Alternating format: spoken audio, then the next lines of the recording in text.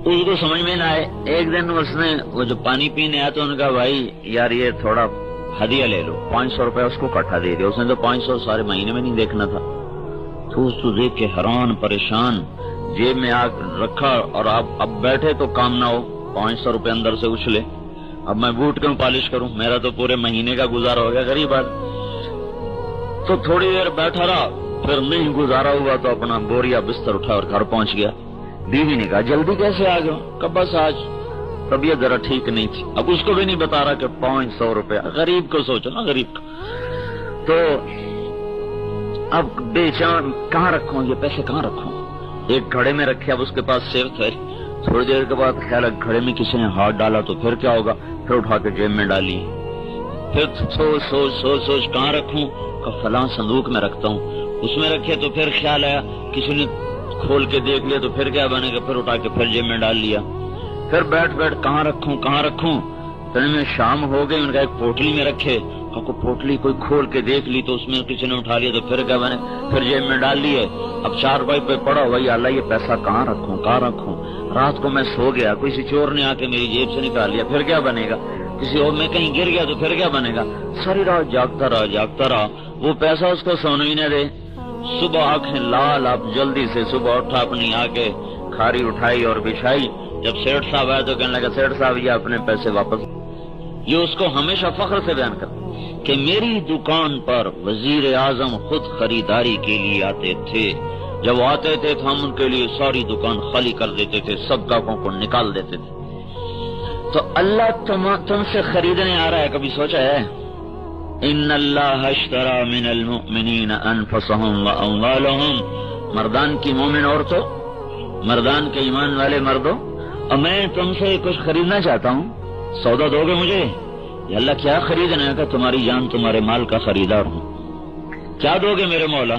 بِأَنَّ لَهُمُ الْجَنَّةَ, بالجنہ نہیں کہا, بِأَنَّ لَهُمُ الْجَنَّةَ. جب کسی چیز کی قیمت ایک دم زیادہ لگا دو تو اگلے کو اعتبار نہیں آتا. کتنی زیادہ کیسے اعتبار نہیں آتا, کہ مذاق نہ کر رہا ہو. ایک دم جب بڑھ جائے قیمت تو اگلا یا حیران ہو جاتا ہے یا ویسے مر جاتا ہے.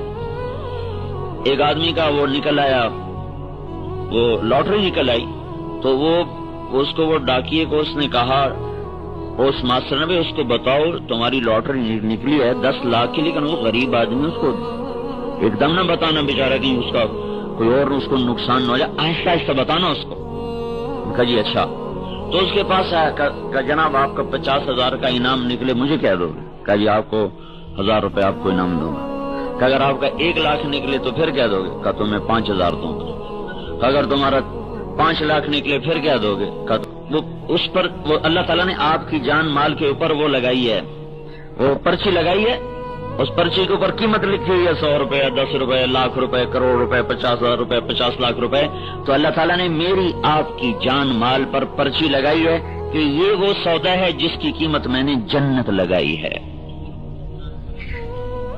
ساری جنت چھوڑو, اللہ کے نبی کا فرمان ہے ما یحمل الظفر, یہ ناخن دیکھو نا, انگوٹھے کا ناخن ہے, یہ ناخن کے برابر جنت میں سے کسی چیز کو دنیا میں ڈال دو تو ساری دنیا روشن بھی ہو جائے گی, خوشبودار بھی ہو جائے گی. ساری دنیا میں روشنی, سورج نکلا ہے ساری دنیا کو روشن نہیں کر رہا.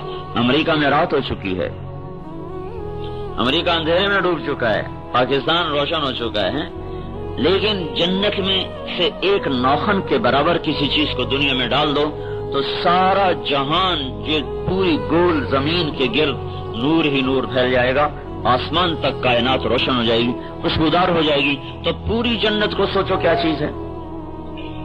تو اللہ تعالیٰ میرے بھائی اور بہنوں, میری آپ کی جان اور مال کی یہ قیمت لگا رہا ہے کہ میں تمہاری جان مال کا خریدار ہوں, اور اس کے بدلے میں قیمت جنت لگاؤں گا. تو اپنی جان مال کی قیمت کا تم خود اندازہ لگاؤ. پھر اس میں 2 چیزیں اور ہیں کہ اللہ تبارک و تعالیٰ نے بیچ میں وکیل کس کو بنایا, میری طرف سے مہر لگی ہے, میرا محبوب بیچ میں وکیل بنا ہے کہ تو جان مال مجھے دے دے, میں جنت تجھے دے دوں. کتنا اونچا سودا کیا اللہ تعالیٰ نے.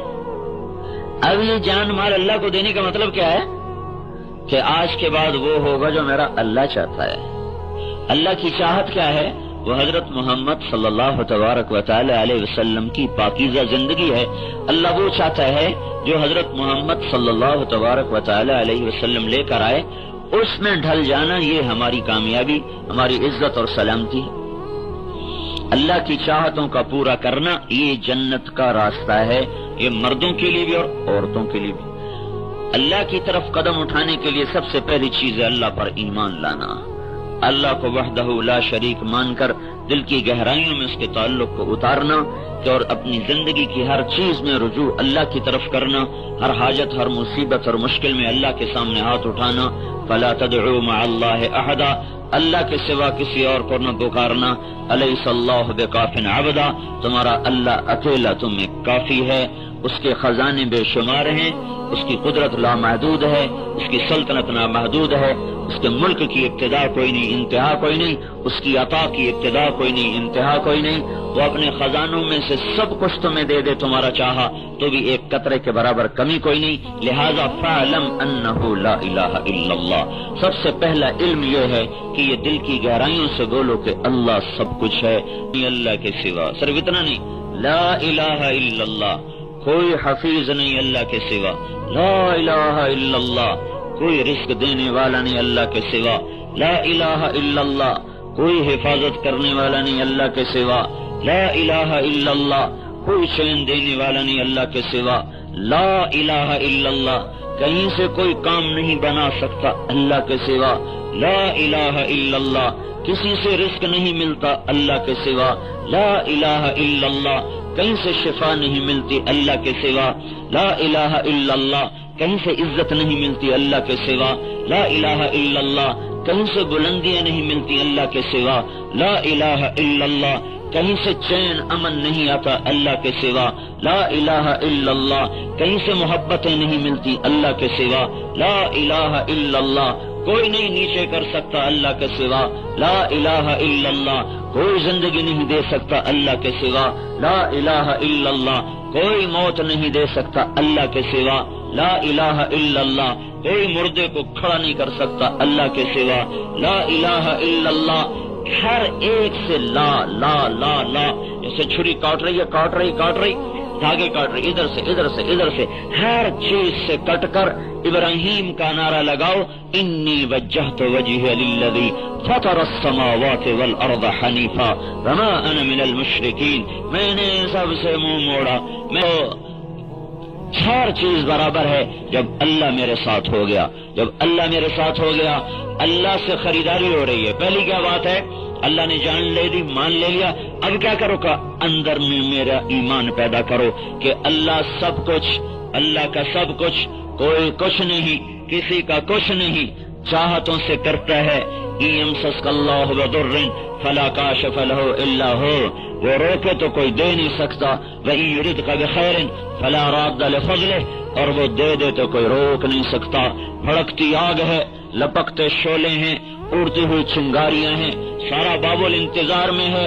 یہ گیا ابراہیم، یہ اس کو پھینکا گیا توپ کے ذریعے سے، اس زمانے کی دیسی توپ، اور یہ اس کے ہاتھ بھی بندھے ہوئے ہیں، پاؤں بھی بندھے ہوئے ہیں، ننگے بدن ہے، یہ جا رہا ہے، یہ آگ کے اوپر آیا، اب سب کی نظریں لگ چکی، ابھی جلا، اب اس کی ہائے نکلے گی، اب اس کی چیخ نکلے گی، اور یہ انگاروں پر گرنے سے پہلے اس کا جسم ابل جائے گا اور آبلے پڑ جائیں گے، اور پھر انگاروں پر گرتے ہی ایک دم گوشت کی بدبو پھیل جائے گی، ہڈیاں چٹک جائیں گی، گوشت راکھ بن جائے گا، ہڈیاں راکھ بن جائیں گی، پھر ہم نعرہ لگائیں گے کہ ہم سے بڑا کوئی نہیں ہے۔ اس انتظار میں مرد بھی دیکھ رہے، عورتیں بھی دیکھ رہی، بچے بھی دیکھ رہے، نمرود بھی تخت شاہی پر اپنے محل کی بالکونی میں کھڑا ہوا دیکھ رہا ہے کہ بس ہو گیا کام، آگ جلاتی ہے، اور میرے رب نے کہا فرأیتم اللہ کون ہے، اللہ کیا ہے، اللہ ہے۔ اللہ کی قسم ہم بڑے جاہل لوگ، ہم بڑے پڑھے لکھے لوگ ہیں جی، ہاں ہم نے دنیا پڑھی ہے لیکن ہم بڑے جاہل لوگ ہیں، ہم نے اللہ کو نہیں جانا، اللہ کو نہیں پہچانا، ہائے اللہ کو نہیں پہچانا۔ علم باج کرے فقیری، کافر مرے دیوانہ ہو۔ ارے اللہ کی پہچان کے بغیر بھی کبھی کسی نے کوئی سفر طے کیا، کوئی منزل تک پہنچا؟ ایک دم آگ سفید ہو گئی، شفاف، اور ابراہیم علیہ السلام آگ میں گر نہیں رہے، الٹے نہیں جا رہے، سیدھے نہیں جا رہے، کلابازیاں کھاتے نہیں جا رہے، بلکہ آگ نے یوں تھاما جیسے ماں بچے کو ہاتھوں پہ تھامتی ہے، اور جا کر آرام سے انگاروں پر بٹھا دیا۔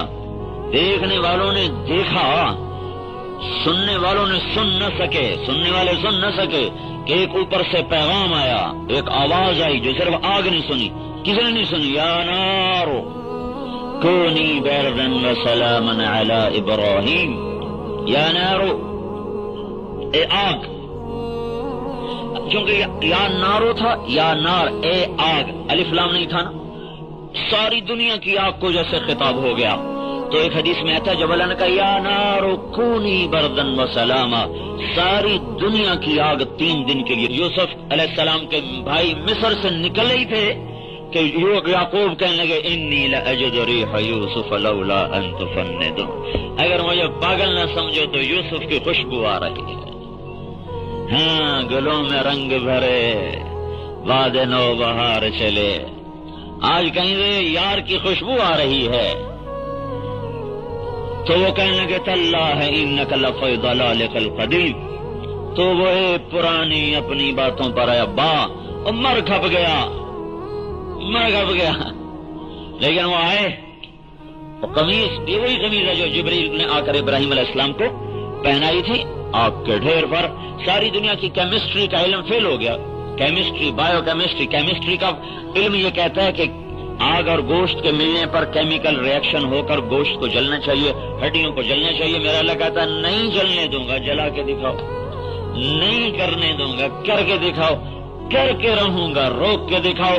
فرعون کی چھری چل رہی ہے، فرعون موسیٰ کو ذبح کرو، موسیٰ کو ذبح کرو، موسیٰ کو ذبح کرو، اللہ نے کہا کر کے دکھاؤں گا، تیری گود میں بدبخت، تیری گود میں اے بدبخت تجھے پال کے دکھاؤں گا۔ اور موسیٰ سے کہہ دیا ان راتوہ الیک وجاعلوہ من المرسلین، غم نہ کرنا، واپس لاؤں گا، تیری گود میں بٹھاؤں گا تجھے، اس کو نبی بناؤں گا، تو دیکھ لے گی تیرا بیٹا نبی ہوگا۔ کرنے پر آ جائے روکے کون، روک لے تو کرے کون؟ بھائی اللہ کو منا لو، اللہ کو منا۔ بارش بھی قبول نہیں ہے، سارے سال کا رزق اب تیار ہوا پڑا ہے، یہی بارشیں چلتی نہیں تو اندر ہی گلا کے رکھ دے گا۔ تو موسیٰ علیہ السلام سے فرمایا جب میں ناراض ہوتا ہوں بارشیں اس وقت کرتا ہوں جب کھیتی پک جاتی ہے، اور اس وقت روک لیتا ہوں جب ضرورت ہوتی ہے، اور میں پیسہ بخیلوں کو دیتا ہوں اور حکومت بے وقوفوں کو دیتا ہوں۔ جب میں ناراض ہوتا ہوں تو یہ کام کرتا ہوں۔ تو بھائیو اللہ سے سودا کیا ہے، اللہ کو راضی کرو۔ پہلی چیز ایمان کو دل میں اتارنا ہے۔ چمی گویم مسلمانم بلرزم کہ دانم مشکلات لا الارا، جب میں لا الہ الا اللہ کہتا ہوں تو میرا وجود کانپنے لگتا ہے۔ تو لوگ مجھ سے پوچھتے ہیں کیوں کانپتے ہو، تو میں کہتا ہوں تمہیں پتہ نہیں ہے جو میں کہہ رہا ہوں لا الہ الا اللہ، مجھے اس بول کا پتہ ہے، اس بول کا وزن میرے جسم میں لرزہ طاری کر دیتا ہے۔ یہ وہ بول ہے کہ 7 زمین آسمان ایک پلڑے میں ہو، صرف لا الہ الا اللہ ایک پرچے پر ایک پلڑے میں ہو۔ لا الہ الا اللہ کتنی پرچی پہ آ جائے گا؟ اتنی سی پرچی پہ لا الہ الا اللہ ایک طرف، ترازو اٹھاؤ، دوسری طرف ترازو کتنا بڑا ہو کہ 7 زمینیں اس میں آ جائیں، سمندر بھی آ جائیں، دریا پہاڑ جنگل بھی آ جائیں، پھر پہلا دوسرا تیسرا آسمان بھی آ جائے، چوتھا پانچواں چھٹا ساتواں آسمان بھی آ جائے، پھر کرسی اس میں رکھو، پھر عرش بھی رکھو، پھر قلم بھی رکھو، لوح محفوظ بھی ڈالو، پھر جنت بھی ڈالو، پھر دوزخ بھی ڈالو، پھر فرشتے بھی ڈالو، جبریل میکائیل عزرائیل اسرافیل بھی ڈالو، جنت کے ساز و سامان بھی اس میں ڈالو، اللہ کو چھوڑ دو باقی ہر چیز اس میں ڈال کے اس کو اٹھاؤ تو میرا اللہ کہتا ہے لا الہ الا اللہ کا پلڑا جھک جائے گا، یہ اٹھ جائے گا۔ لا رجحت بہن لا الہ الا اللہ، تو میرے آپ کے نبی پاک صلی اللہ علیہ وسلم فرماتے ہیں لا رجحت بہن لا الہ الا اللہ، تو لا الہ الا اللہ وزنی ہو جائے گا، یہ ہوا میں اڑ جائے گا۔ جو مرد عورت لا الہ الا اللہ کو زبان سے اتار کر دل تک پہنچا دیں گے ان کی زندگی بدل جائے گی، ان کا سودا اللہ سے پکا ہو جائے گا۔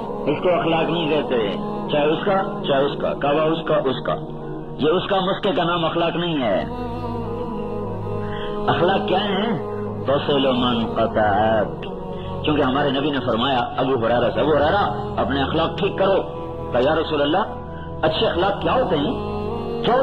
تو آپ نے ارشاد فرمایا توصل من قطعک، جو تم سے توڑے اس سے جوڑو۔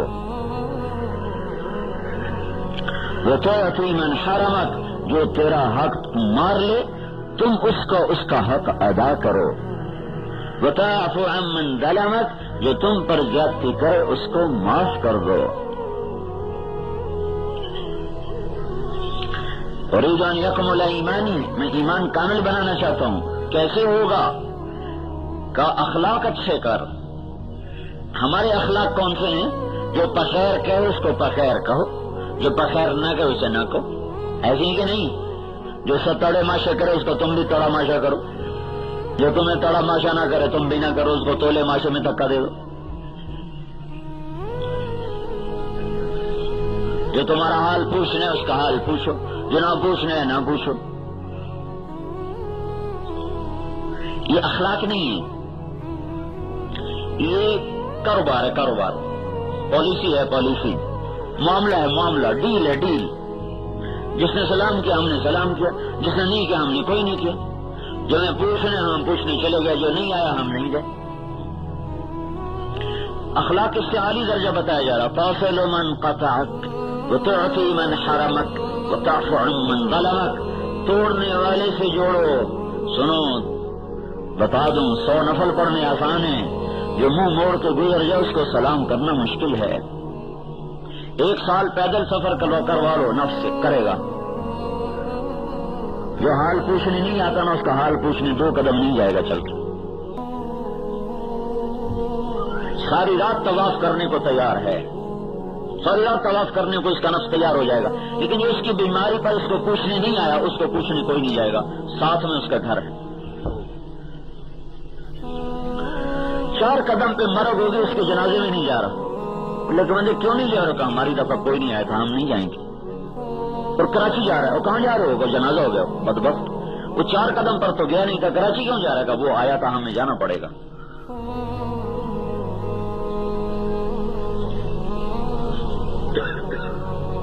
تو یہ اخلاق نہیں ہے جو ہمارے چل رہے ہیں۔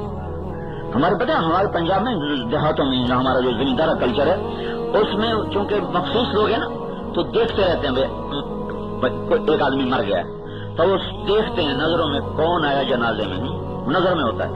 اس میں بڑا حافظہ ان کو یاد تو ہوتا ہے، یاد سنا کہ جی یاد ہی نہیں ہوتی، حافظہ کمزور ہے۔ یہ سارا یاد ہے، فلاں موقع پر اس نے ہمارے ساتھ یہ کیا تھا، فلاں موقع پر یہ کیا تھا، یہ کہا تھا، وہ کہا تھا۔ جو جنازے میں آئے گا ان کا کوئی مرے گا تو اس کے جنازے میں جائیں گے، جو جنازے سے اگلے دن آئے گا نا تو یہ اگر گھر میں موجود بھی ہوں گے نا تو اس کے جنازے میں نہیں جائیں گے، اگلے دن جائیں گے۔ اتنا حساب کتاب رکھتے ہیں ہمارے ہاں۔ مثال ہے قدموں کے قدم، قدموں کے قدم، جو آئے وہاں جاؤ، قدم کے قدم، جو قدم اٹھا کے آئے تم بھی قدم اٹھا کے جاؤ، جو نہ آئے نہ جاؤ۔ یہ اسلام کا اخلاق نہیں ہے، یہ انسانی، یہ مسلمان کے اخلاق نہیں، یہ مومن کے اخلاق نہیں ہے، یہ ہمارے رواجی اخلاق ہے، رواجی اخلاق۔ تصل من قطعک، توڑنے والے سے جوڑو، تعطی من حرمک، چھیننے والے کو دو۔ اندازہ لگاؤ 20 سال ہو گئے تھے قریش مکہ کو لڑتے ہوئے، خندق کی لڑائی میں کتنی تکلیف آئی اللہ کے نبی کو، اور خندق کے بعد مکے میں قحط پڑا تو اللہ کے نبی نے مدینے سے غلہ بھیجا، مدینے سے پیسے بھیجے، 300 دینار ابو سفیان کو بھیجے جو اوت میں لشکر کا سردار اور خندق میں لشکر کا سردار بن کے آ رہا تھا، اس کو بھیجے کہ مکے والوں میں قحط آ گیا، کھلا دو۔ تو ابو سفیان کہنے لگا قربان جاؤں محمد کے، ہم اس کو قتل کرنے کے چکر میں، وہ ہمیں روٹی کھلانے کے چکر۔ تمہارا نبی تو کافروں کے ساتھ یہ کرے اور ہم سگے بھائی سے بات نہ کریں۔ سگا بھائی، ماں باپ سے اخلاق اچھے نہیں ہیں، جس ماں نے جنا اس سے سیدھے منہ بات نہیں، جس باپ نے ساری زندگی دھکے کھائے اس سے سیدھے منہ بات کرنے کو تیار نہیں ہے۔ جس ماں کا پیٹ سر گیا، چھاتیاں لٹک گئیں دودھ پلا پلا کے، اور ناخن میں بدبو رچ گئی، اس کا پیشاب اور پخانا دھو دھو دھو دھو کے، رو رو کے آنکھیں سوج گئی اس کی بیماری پر، اس کے دکھ پر، اس کی تکلیف پر، ساری ساری رات جاگ کے پہرے دیے، ساری ساری رات لے کر اس کو ہسپتال میں بیٹھے رہے۔ جب یہ جوان ہوا تو ماں کوئی بکواس کرنے پر آ گیا، باپ کوئی دھکا دینے پر آ گیا۔ اسی اللہ کے نبی کا فرمان ہے ہر گناہ کی سزا موت کے بعد ہے، ماں باپ کے نافرمان کی سزا مرنے سے پہلے بھی ہے، مرنے کے بعد بھی ہے۔ موت سے پہلے موت سے پہلے ماں باپ کا نام، اگر دیکھو توبہ پر ہر شے معاف ہو جاتی، چاہے مر گئے ہوں پھر بھی توبہ کر لے، ان کے لیے ایصال ثواب شروع کر دے تو بھی اللہ معاف کرے گا۔ لیکن یہ ایسی نحوست ہے، امام بخاری نے ایک روایت نقل کی ہے کہ ایک گاؤں سے کچھ جو روایت کرنے والے ایک گاؤں سے گزرے، عصر کی نماز پر ایک قبر پھٹی، اس میں سے ایک شخص نکلا، اس کا سر گدھے کا تھا اور وہ زور زور سے 3 دفعہ اس نے آواز لگائی، پھر قبر کے اندر غائب ہو گیا۔ تو انہوں نے پوچھا یہ کیا ماجرا ہے، یہ کون ہے؟ کہا یہ شخص شرابی تھا، جب یہ شراب پیتا اس کی ماں کہتی نہ پیا کر نہ پیا کر، تو ماں کو کہتا تو ایسے گدھے کی طرح بولتی رہتی ہے، گدھے کی طرح بولتی رہتی ہے۔ جب سے یہ مرا ہے روزانہ قبر پھٹتی ہے، یہ نکلتا ہے اور 3 دفعہ یہ آواز، اس کا چہرہ گدھے کی طرح ہے اور 3 دفعہ شور مچا کے قبر میں غائب ہو جاتا ہے۔ اخلاق، اخلاق او بھائیو، اخلاق، معاف کرنا، درگزر کرنا، چھوٹا بن جانا، چھوٹا بن جانا، اس کا سب سے بڑا حقدار تمہارے ماں باپ ہیں، تمہارے بھائی ہیں، تمہاری بہنیں ہیں، تمہاری بیوی ہے، بیوی کے لیے خاوند ہے، بچے ہیں، ماں باپ ہیں، دوست احباب کی بات کریں تو سب سے بہترین مسلمان اور سب سے کامل ایمان کی چوٹیوں کو سر کرنے والا وہ ہے جس کے اخلاق عمدہ ہوں، جس کا بول میٹھا ہو، جو درگزر کرنا جانتا ہو۔ اللہ نے تبلیغ کے لیے یہ کہا ہے 2 گنے اخلاق پیدا کرو پھر جا کے تبلیغ کرو، 2 حصے اخلاق ہو، 1 حصہ تبلیغ ہو، پھر تبلیغ کا کام چلے گا، ورنہ نہ اللہ قبول کرے گا نہ لوگ قبول کریں گے۔ خذ العفو وأمر بالعرف وأعرض عن المشرکین، خذ العفو اخلاق ہیں، وأعرض عن المشرکین اخلاق ہیں، اس کے بیچ میں فرما رہے ہیں وأمر بالعرف، خذ العفو، اے میرے نبی، اور خطاب عام ہے، خذ العفو، کیا کرو؟ معافی کو پکڑ لو، معافی کو پکڑ لو۔ معافی کوئی پکڑنے کی چیز ہے؟ معافی تو جذبہ ہے، معافی تو جذبہ ہے، اور وہ پکڑنے کی تو چیز نہیں، لیکن اس کو ایک شکل دے کر اللہ کا، جیسے کسی چیز کو پکڑا جاتا ہے نا اور وہ مضبوط ہاتھ میں آ جاتی ہے، اس سے تعبیر کیا جا رہا، خذ العفو، پکڑ لو، پکڑ لو۔ دیکھو میں تمہیں کیا سمجھاؤں، عربی کے یہ اگر کوئی طلبہ علماء بیٹھا ان کے لیے کہ جب تک آدمی لغت سے مناسبت پیدا نہیں کرے گا، قرآن کا خوبصورت جو اس کا حسن کلام اور حسن تعبیر ہے اس سے آدمی بیگانہ رہے گا۔ محاورے سے بیگانگی آدمی کو کہاں سے کہاں پہنچا دیتے۔ لطیفہ ہے ناراض نہ ہونا، لطیفہ ہے ناراض نہ ہونا۔ خان صاحب گئے ڈاکٹر صاحب کے پاس، ڈاکٹر پنجاب کا وہ تھا، وہ ڈپریشن کا مریض، تو انہوں نے کہا خان صاحب آپ صبح صبح ہوا خوری کیا کرو، ہوا خوری۔ ہوا خوری کا مطلب ہے ہوا کھانا، ہوا کھانا، لیکن اردو زبان میں ہے سیر کرنا، اردو زبان میں ہوا خوری کا مطلب ہوتا ہے سیر کرنا، اور ویسے ہوا خوری کا مطلب ہے ہوا کھانا۔ تو وہ صبح صبح خان صاحب باغ میں جا کر کہ ہاپ ہاپ ہاپ ہاپ، وہ خان صاحب کیا ہوا؟ کہ وہ ڈاکٹر بولا تھا ہوا کا، ہوا کھاتا ہے۔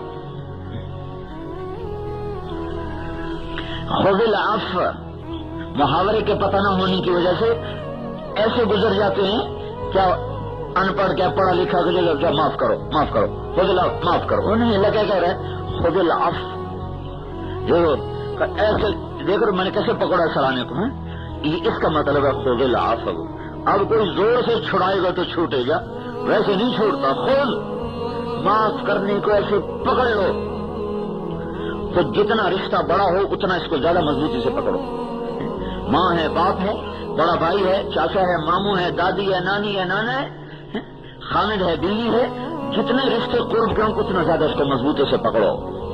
پھر بیچ میں کہا وأمر بالعرف، تبلیغ کرو، پھر دوبارہ کہا وأعرض عن الجاہلین، اور جاہل سے مراد یہاں ان پڑھ نہیں، جاہل سے مراد ظالم ہے، زیادتی کرنے والا، زیادتی کرنے والے سے منہ موڑ لو۔ منہ موڑنے کا مطلب قطع تعلق نہیں بلکہ معاف کرنا ہے۔ اعرض عن الجاہلین، زیادتی کرنے والے سے تو معاف کر دو۔ 2 دفعہ اخلاق، 1 دفعہ تبلیغ، 2 دفعہ، یہ ایسے جیسے کیپسول میں دوائی ڈال دی نا، اور دوائی اندر تو بڑی کوڑی سی ہوتی نا، تو کوئی بڑا بھی نہیں کھا سکتا، اوپر کیپسول لگایا، اندر دوائی ڈالی، چھوٹا بھی کھا گیا، بڑا بھی کھا گیا، چھوٹے نے بھی کھا لی، بڑے نے بھی کھا لی، جیسے شوگر کوٹڈ۔ تو دین کے کام کو شوگر کوٹڈ کرو، دین کے کام کے اوپر شکر لگاؤ اخلاق کی، اور مٹھاس لگاؤ اخلاق کی، ساری دنیا کے انسان اس کو قبول کر لیں گے۔ تو میرے بھائیوں بہنوں، ہمارے گھروں میں آگ لگی ہوئی ہے بد اخلاقی کی. ماں کو چین نہیں، اولاد نافرمان ہے. باپ کو قرار نہیں کہ جو باپ بوڑھا ہو گیا بچوں کی خاطر اس کو ایک گلاس پانی پلانے کے لیے اولاد تیار نہیں. سارا دن بیوی خدمت کرتی ہے، ایک کام نہ کرے خامن ڈنڈا اٹھا کے مارنے آ جاتا ہے. سارا دن خامن اس کی ضرورتیں پوری کرے، ایک پوری نہ کرے وہ آگے اس کو گلے شکوے دینا شروع کر دے. تو نے میرے لیے کیا کیا ہے، میں نے تیرے گھر میں دیکھا کچھ نہیں. حسن اخلاق. اللہ کے نبی کا فرمان ہے بہترین مسلمان وہ ہے جو اپنی گھر والوں سے اچھا سلوک کرے، جو اپنی بیوی سے اچھا سلوک کرے. حضرت ام عائشہ رضی اللہ تعالیٰ عنہ کہنے لگی کہ میں حبشی کھیل رہے تھے مسجد میں. حبشی حبشہ کے وہ کھیل تھا، وہ لکڑی کا جس وہ کھیلتے تھے اس سے. تو میں نے کہا یا رسول اللہ میں نے یہ دیکھنا ہے.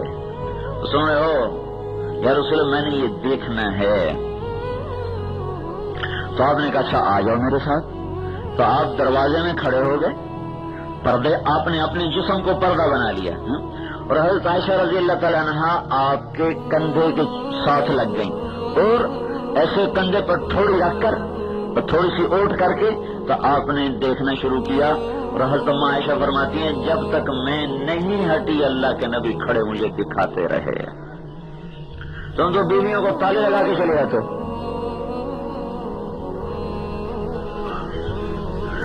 عائشہ جیسی خاتون اور رسول اللہ جیسا قائم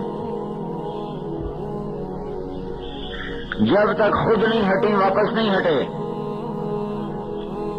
ایک غزوے سے واپس آ رہے ہیں تو صحابہ سے فرمایا تم آگے چلے جاؤ. سارے صحابہ آگے نکل گئے. جب وہ نظروں سے دور ہو گئے، نظر نہیں آ رہے، تو آپ نے حضرت عائشہ سے فرمایا میرے ساتھ دوڑ لگاؤ گی؟ اور عائشہ نہیں کہہ رہی، اللہ کا نبی کہہ رہا عائشہ میرے ساتھ دوڑ لگاؤ گی؟ کہا لگاؤں گی. کبھی ہم نے یہ دوڑ لگائی کہ میں حضور سے آگے نکل گئی. کہ میں ذرا پکلی تھی تو میں ایسی تیز نہیں کہ میں آگے نکل گئی. کہ پھر کافی عرصہ گزر گیا تو ایک جہاز سے واپس آ رہے تھے تو آپ نے لشکر سے کہا سب آگے چلے جاؤ. وہ سارے آگے چلے گئے یہاں تک کہ نظروں سے دور ہو گئے. پھر آپ نے کہا عائشہ دوڑ لگاؤ گی؟ میں نے کہا لگاؤں گی. پرسوں میں ذرا موٹی ہو گئی تھی، دوڑ لگائی تو ہمارے نبی آگے نکل گئے، میں پیچھے رہ گئی. تو کہا دیکھ لے پھر آج ہم نے بدلہ لے لیا ہے. کیسی خوبصورت زندگی ہے یہ. دین صرف اسی کا نام تو نہیں ہے کہ نماز پڑھ لی، پگڑی باندھ لی، پچیلا لگا لیا اور مسجد میں ٹائم دے دیا. گھر کا دین کون سا ہوگا؟ دیکھو تمہیں دو روایتیں سناتا ہوں بالکل ایک دوسرے سے مختلف. ایک ہی ہستی کے بارے میں دو باتیں بالکل مختلف. ہندو کو نبی حالات سے حضرت امام حسن پوچھ رہے ہیں کہ حضور پاک صلی اللہ علیہ وسلم کیسے تھے؟ تو وہ کہہ رہے ہیں کان دائم الفکر متواصل الاحزان. اللہ کے نبی ہر وقت فکر میں اور ہر وقت غمگین. یہ ہند بن ابی حالہ کی روایت، صحیح روایت کہ امام حسن پوچھ رہے ہیں کہ ماموں ہند بن ابی حالہ، ہند یہ حضرت خدیجہ کے بیٹے ہیں. ابو حالہ پہلے خامن، دوسرے خامن جو تھے حالہ اس کے بیٹے ہیں، اس لیے ان کو ماموں کہا کرتے تھے امام حسن حسین وغیرہ. تو وہ فرمایا کہ اللہ کے رسول کیسے تھے؟ تو کہا بیٹا اللہ کے رسول ہمیشہ گہری سوچ میں رہتے تھے اور ہمیشہ غمگین رہتے تھے. اب دوسری روایت سنو. حضرت عائشہ رضی اللہ تعالیٰ عنہا سے ایک خاتون پوچھ رہی ہیں کہ اللہ کے نبی گھر میں کیسے تھے؟ تو ارشاد فرمایا کان ضحاکن بسامن. اللہ کے نبی بڑے ہنسنے والے تھے، بڑے مزاح کرنے والے تھے، بڑا جی لگانے والے تھے.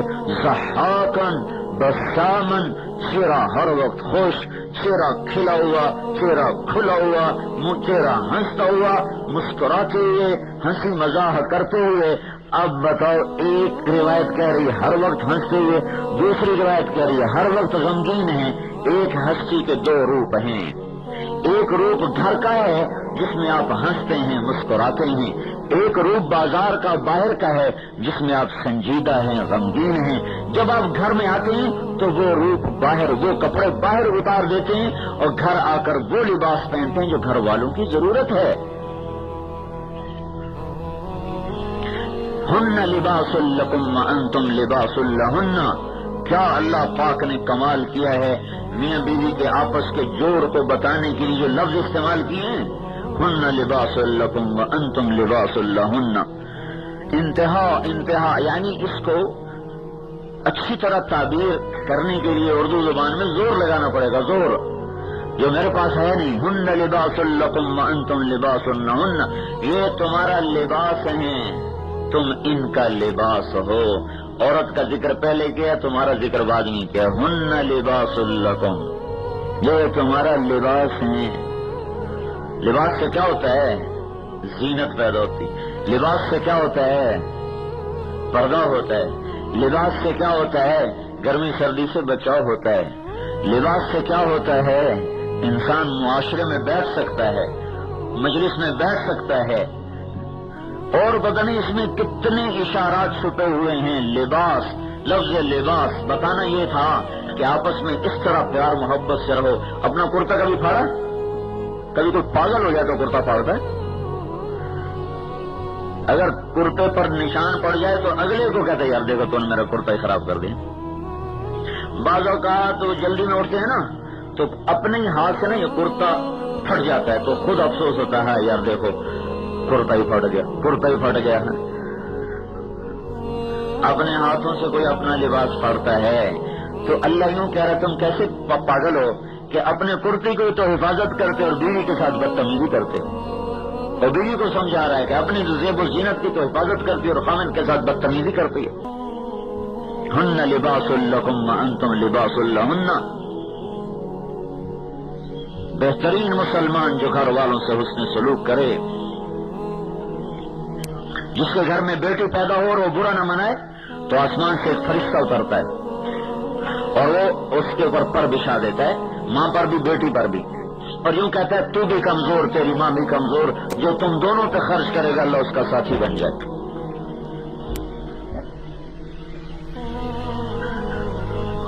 جس کو اللہ تبارک و تعالیٰ نے دو بہنیں دی اور اسے ان کی شادی کر کے ان کو گھر پہنچا دیا, اس کے بعد بھی ان کا خیال رکھتا رہا تو اس پہ جنت واجب ہو گئی.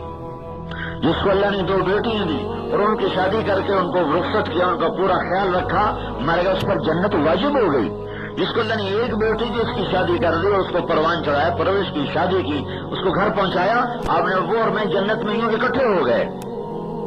جس کی بیٹی اجڑ کر باپ کے گھر میں واپس آ گئی تو اس پہ اگر باپ خرچ کرتا ہے تو دنیا کا سب سے افضل ترین صدقہ وہ ہے جو باپ اس بیٹی پر خرچ کرتا ہے. ہر نوعیت میں اللہ تعالیٰ نے عورت کو کس طرح اجاگر کیا ہے. تو بہترین مسلمان وہ بتائے جو اپنے گھر والوں سے اچھا سلوک, جو ان کی کمی پر کو برداشت کرے.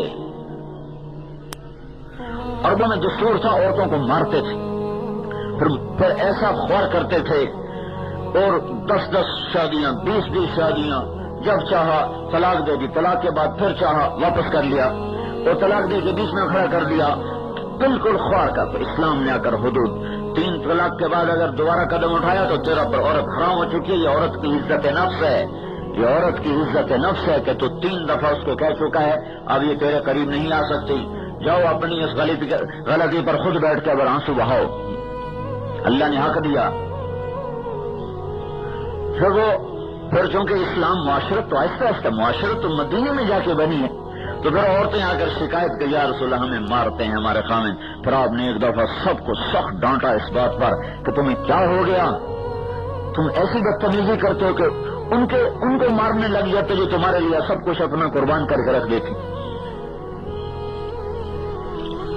پھر قرآن نے عورت کی وراثت پہلے بیان کی, مرد کی بعد میں بیان کی. تو وراثت کا کھا جانا تو ہلاکت و بربادی ہے. ہمارے یہاں بھی ایسا ہوتا ہے کہ ساری جائیداد نا بیٹوں کے نام لگا دیتے, شروع سے بیٹوں کے نام لگا دیتے تاکہ موت پر بیٹیوں کو جھگڑا ہی کوئی نہ ہو. جو لوگ یہ کر رہے ہیں میں نے ان کو بڑا خوار ہوتے دیکھا ہے. میں تمہیں کیا بتاؤں, ہمارے علاقے کا بڑا زمیندار 500-600 ایکڑ کا مالک, اور اس نے 1945-46 میں جو گھر بنایا تھا اس پر 1 لاکھ روپیہ لگایا تھا. اس وقت 1 لاکھ روپے اس پر. اس نے ساری جائیداد بیٹوں کے نام کر دی، بیٹیوں کو نہیں دیا۔ جب بیٹے بڑے ہو گئے تو انہوں نے باپ کو گھر سے نکال دیا۔ پھر باپ نے کہاں زندگی گزاری؟ اس گھوڑوں کا بڑا شوقین تھا، وہ گھوڑوں کا استبل صاف کروا کے زندگی کے 15 سال استبل میں گزارے، ٹھیک ٹھاک کر کے تھوڑی سی گزاری کی زمین اپنے لیے اس نے رکھی ہوئی تھی، استبل میں زندگی گزاری، استبل میں۔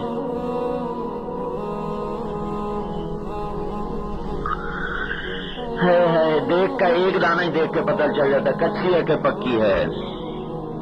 اگر فرض کرو کسی کو ایسا دکھ نہیں پہنچا موت سے پہلے، قبر میں جاتے ہی پہلا جھٹکا قبر اس کو اسی کا دے گی، بدبخت بیٹیوں کا حق بیٹوں کو دے کے آ گیا۔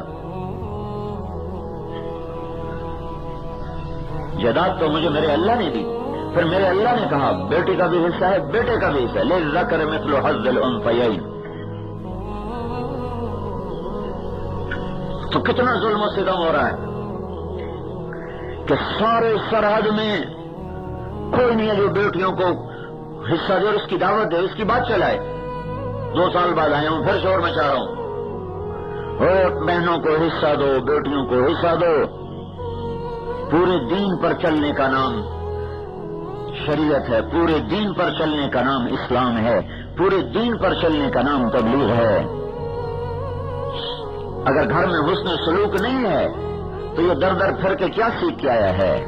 اگر ماں باپ کا احترام اور عزت نہیں ہے تو اس نے مسجد میں بیٹھ کے کیا سیکھا ہے؟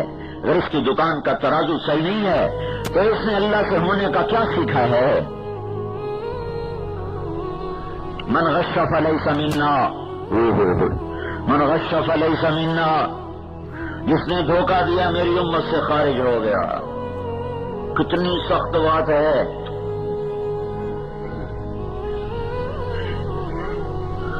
تو میرے بھائیوں، حضرت محمد صلی اللہ تبارک و تعالی علیہ وسلم پاک زندگی لے کر آئے جس میں ایمان کا کمال کیا ہے؟ حسن خلقک یکمل ایمانک، اخلاق بلند کر ایمان کامل ہو جائے گا۔ پھر عورتوں کو سمجھایا، ایک عورت نے آ کر کہا یا رسول اللہ میرے خامند کا میرے اوپر کیا حق ہے؟ تو آپ نے فرمایا تیرا خامند سر سے پاؤں تک زخمی ہو چکا ہو، اس کے زخموں میں پیپ پڑ چکا ہو، تو اپنی زبان سے چاٹ چاٹ کے اس کے زخم صاف کرے، پھر بھی تو اپنے خامند کا حق ادا نہیں کر سکے۔ اولاد کو سمجھایا، ہاں بھائی سب سے بہترین خرچ کون سا ہے؟ آپ نے فرمایا بولو، جو خرچ بتاؤ جو اللہ کے راستے میں بھی خرچ کرنے سے زیادہ اجر رکھتا ہو۔ صحابہ نے کہا جی آپ کو پتا، ہمیں نہیں پتا۔ تو اللہ کے راستے میں خرچ کرو نا تو 1 روپے پر 7 لاکھ روپے کا اجر ملتا ہے، 1 پر 7 لاکھ۔ تو اللہ کے نبی نے فرمایا بیٹا جب اپنے ماں باپ پہ خرچ کرتا ہے تو اس کو اس سے بھی زیادہ اجر ملتا ہے۔ بیٹا جب ماں باپ پہ خرچ کرتا ہے۔ ہمارے ماں باپ تو مر گئے ہیں، تمہارے زندہ ہیں تو یہ قدر کر لو۔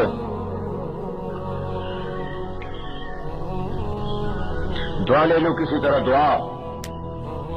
سسر بھی باپ ہوتا ہے، ساس بھی ماں ہوتی ہے، ان کو بھی وہی عزت و احترام دو۔ عجیب بات ہے، اپنے ماں باپ کی خدمت کرواتے ہیں اور بیوی کے ماں باپ کو ذلیل کرتے ہیں۔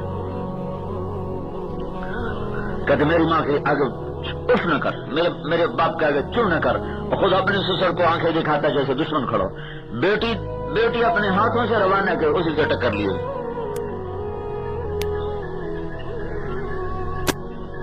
حالانکہ اللہ تعالیٰ نے ذمے کوئی نہیں کرے تو اس کا احسان ہے گا، یہ میری ماں کی خدمت اس کے ذمے کوئی نہیں کرے تو اس کا احسان ہے، نہ کرے تو اس پہ واجب کوئی نہیں ہے، میرے ذمے ہے۔ میں دکان سے وقت نکالوں، میں اپنے دفتر سے، گھر سے، مسجد سے وقت نکالوں، اپنے ماں باپ کو وقت نہ دینا یہ کیسی عجیب بات ہے۔ کئی بار تبلیغ کام اتنی مصروفیت ہوگی کہ ماں باپ کے لیے بھی وقت کوئی نہیں بچا، دکان میں اتنی مصروفیت ہوگی کہ ماں باپ کے لیے وقت کوئی نہیں بچا، ہسپتال میں اتنی مصروفیت ہے کہ ماں باپ کے لیے وقت کوئی نہیں۔ بند کرو اس کو۔ موسیٰ علیہ السلام نے پوچھا یا اللہ میرا جرا ساتھی کون ہے؟ لن کا فلاں کا جنت کا ساتھی۔ موسیٰ علیہ السلام حیران ہوئے کسائی میرا ساتھی کیسے بن گئے؟ بازار میں چلے گئے، دیکھا کسائی اپنا گوشت بیچ رہا ہے۔ شام ہوئی تو اس نے گوشت کا ٹکڑا اٹھایا اور چل پڑا۔ موسیٰ علیہ السلام کہنے لگے تیرے ساتھ آ جاؤں؟ کہنے لگا آ جاؤ۔ اس کو نہیں پتا یہ موسیٰ ہے۔ گھر گیا، وہ گوشت کا ٹکڑا اس نے صاف کیا، پکایا، پھر آٹا گوندا، روٹی پکائی، بیوی موجود ہے، کام سارے خود کر رہا ہے۔ آٹا گوندا، روٹی پکائی، سالن پکایا، پھر بوڑھی عورت بیٹھی جس کو کندھا دے کے بٹھایا، پھر نوالے بنا بنا کے اسے کھلایا، پھر اس کا منہ صاف کیا، دعا دی، وہ اس کو لٹا دیا۔ تو موسیٰ علیہ السلام نے پوچھا یہ کون ہے؟ تو اس نے کہا کہ یہ میری ماں ہے، میں صبح خود اس کی ساری خدمت کر کے جاتا ہوں اور شام کو آ کر خود اس کی خدمت کرتا ہوں۔ بیوی کو نہیں کہا کہ تو روٹی کھلا، تو سالن کھلا، خود آ کے کرتا ہوں اس کی خدمت ساری، پھر اب جا کے اپنے بچوں کا کام دیکھوں گا۔ تو موسیٰ علیہ السلام نے کیا کہہ رہی تھی؟ کچھ کہہ رہی تھی جب تو اس کو لٹا رہا تھا۔ وہ کہنے لگا یہ بات، یہ ماں جو ہوئی، ماں جو ہوئی ہے، ماں جو ہوئی پاگل، جب اس کی خدمت کرتا ہوں تو مجھے دیتی اللہ تجھے موسیٰ کا جنت میں ساتھی بناتا، میں کہاں اور موسیٰ کہاں ہے، میں کہاں اور موسیٰ کہاں۔ بھائیو، مجھ سے تو یہ چھن گئی ہے دولت، تم میں سے کسی کے پاس ہے تو ضائع نہ کرنا، کے لیے دانتوں پر سینے آ جاتے ہیں۔ اس لیے تو اللہ کہتا ہوں اللہما اف لا تقل لهما اف بھی نہ کرو۔ پھر نے ماں باپ کو بھی سمجھایا کہ تمہارے ذمہ کیا ہے، تمہارے ذمہ کیا ہے۔ یا بنی لا تشرک باللہ، ماں اور باپ کے ذمہ کیا ہے کہ بیٹے کی بنیاد بنائیں۔ پہلی بنیاد کیا ہے؟ بیٹا شرک نہ کرنا، لا الہ الا اللہ ان کے دل میں اتارے۔